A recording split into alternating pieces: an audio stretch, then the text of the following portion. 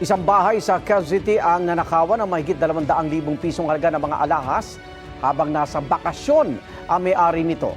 Aminado sa krimen ang naarestong suspect. May unang balita si James Agustin. Ayan na, bumaba siya ng bukas ilaw.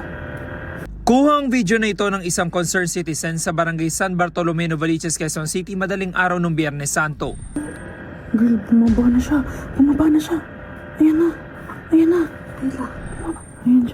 siya. Ang isang lalaki makikita na lumabas mula sa ikalawang palapag ng bahay.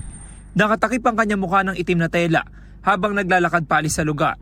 Ayon sa pulisya, agad na nai-report sa 911 ang insidente ng akyat bahay. Ilang oras lang, hinanap ng mga patrollers natin, may nakita rin nakita nila yung taong nasa video. Nung nilapitan nila, sunubukan pa tumakas ng suspect. Pero inabutan naman ng mga pulis natin at agad na inaresto.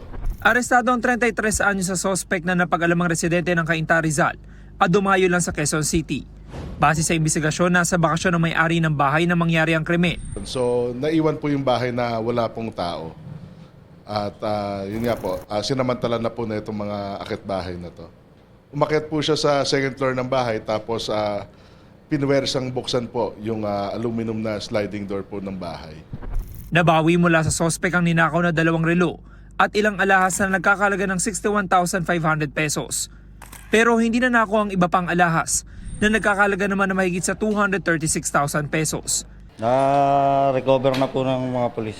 May mga hindi pa raw na-recover. Nasaan yun? Wala po akong masasabi dyan. Ba't mo nagawa yun? Pangangailangan. Sa record ng pulisya, taong 2006 nang maaresto ang suspect dahil din sa pagnanakaw. Minor de edad pa siya noon. Ngayon maharap siya sa reklamong robbery. Ito ang unang balita. James Agustin, GMA News.